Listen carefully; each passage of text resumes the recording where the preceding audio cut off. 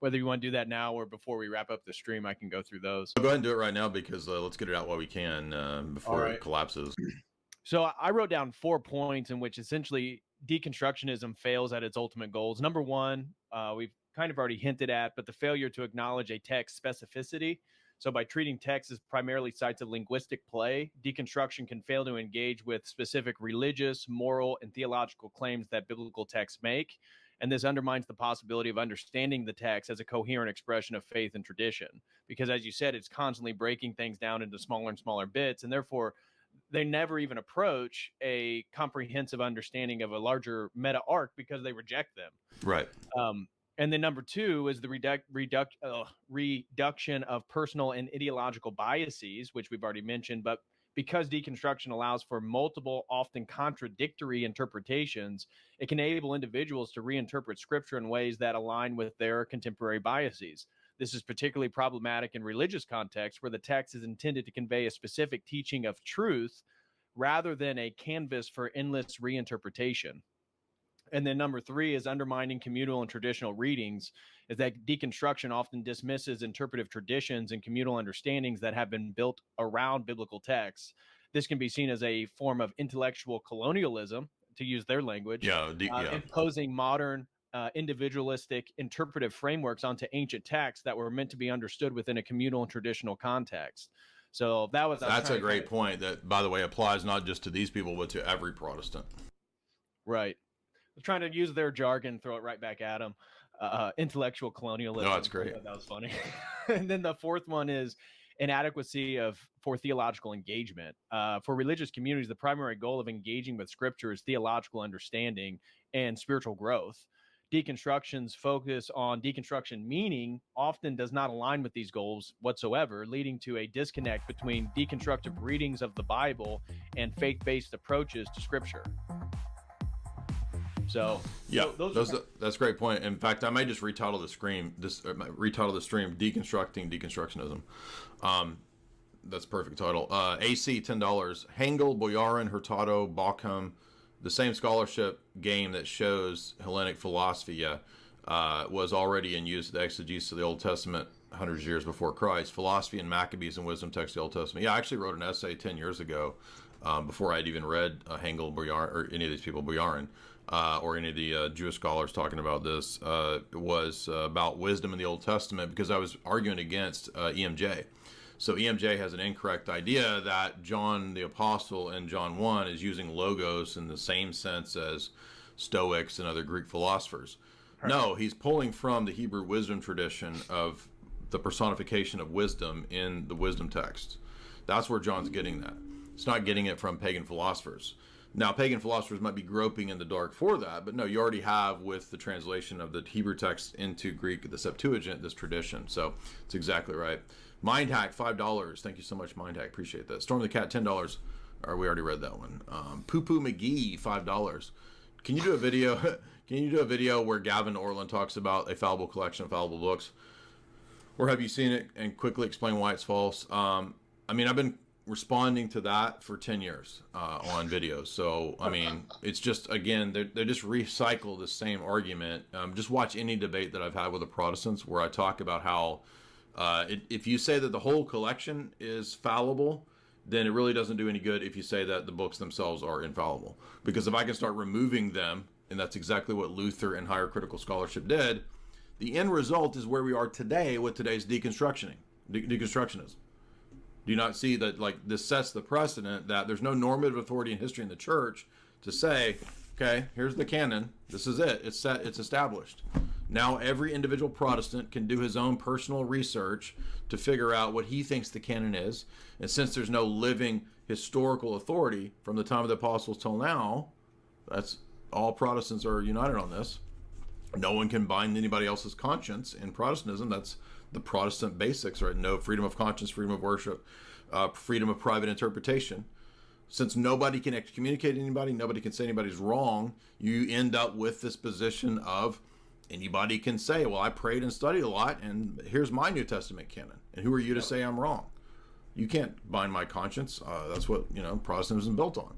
So it's all absurd from the outset. And I've done probably 100 videos where I talk about a fallible collection of infallible books. But okay, so I know you've got to go pretty soon. Is there anything else in this introductory stream? And again, next week we're going to do some more in-depth responses to the actual arguments that these people use.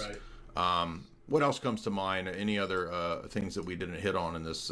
Well, in regards to deconstructing deconstructionism, I'll just reiterate. We've kind of already mentioned them, but I had them listed.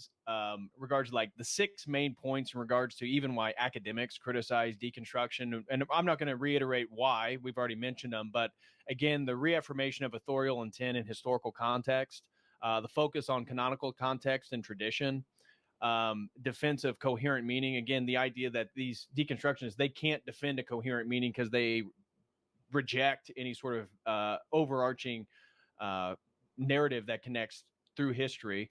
And then their rejection of the role of tradition and community, and then their constructive theological engagement. Scholars like Stanley Hauerwas advocate for a constructive approach to scripture, which is obviously in opposition to the entire agenda of deconstructionism. And therefore, they really, as we highlighted earlier, scholars have pointed out that because it's constantly deconstructing, it really doesn't give you anything to build upon. It's just constantly taking things apart. And then the last one, and really the most really devastating, even though they don't like to deal with it, is relativism. That many scholars refuse to use deconstructionism because ultimately it's inherently relativistic. And that connects back with the early part of the stream where Derrida is appealing to Nietzsche's rejection of objective truth.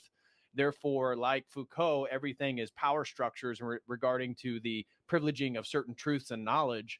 And therefore, you have to undermine all sources of power, which get back to the article you're reading with all those titles about BLM and queer Jesus and all this different stuff. What they're doing is focusing on the marginal. Again, the phallogocentrism, which Derrida wants to destroy and undermine, is the privileging of the masculine role in society, a logos, theological, metaphysical understanding, and the focusing on the centeredness of concepts and meaning. They want to reject all that stuff. And so ultimately what you're left with is relativism. And so as much as we watch Dan McClellan or all these other people that run a deconstructing Christianity, the ones that want to appeal to these academics is ironic because those same academics reject objective truth itself. It's all just power struggle. Yeah, that's a great point that helps you understand where leftism and liberalism is today.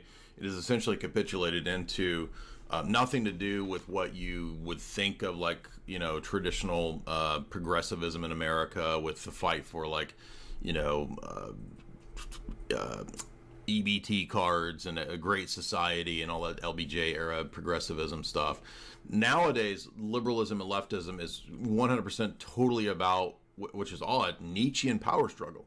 It's completely capitulated to literally everything being about power dynamics, which that's a key to understand because that's how you understand that they don't care when you're arguing with them about what's true or false.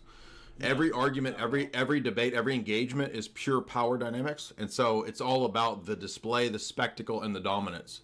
And that is the key to all of it. So remember, you're not engaging with people that believe or even care about what's true and false. They don't care about you exposing their lies because they see all engagements as pure power dynamics, which is odd because it's Nietzschean, which you wouldn't think the left would be in that mode of thinking, but that's exactly where they are. Right. So it's all rhetoric and it's all sophistry. And that's why utilizing things like social justice and all the modern lingo, the reason why that's powerful for them is because they believe they're garnering a higher ground, a moral higher ground. They're getting power from it. Yeah. Yeah. They're gaining power from perceived contemporary biases that they are elevated over you, and that you then are forced, you're on the back heel defending the patriarchy, defending ancient traditions, defending miracles or this type of stuff. And they view this as, again, a way to undermine your source of tradition and identity and religious beliefs, but at the same time elevating them as modern contemporary people that are more rational and more up to date. But at the same time, there is no basis for reasoning. There is no basis for logic. Right. There is no basis. It's all oppressive, except when they use it, then it's not oppressive, except that also it is oppressive because everything is just power oppressor dynamics. So, it's this is why these people are insane. They lose their mind. They're at war with reality, with logic, with reason, and with God. So that's why these people act the way that they do. That's why they have these meltdowns. They have these. They're essentially demonic.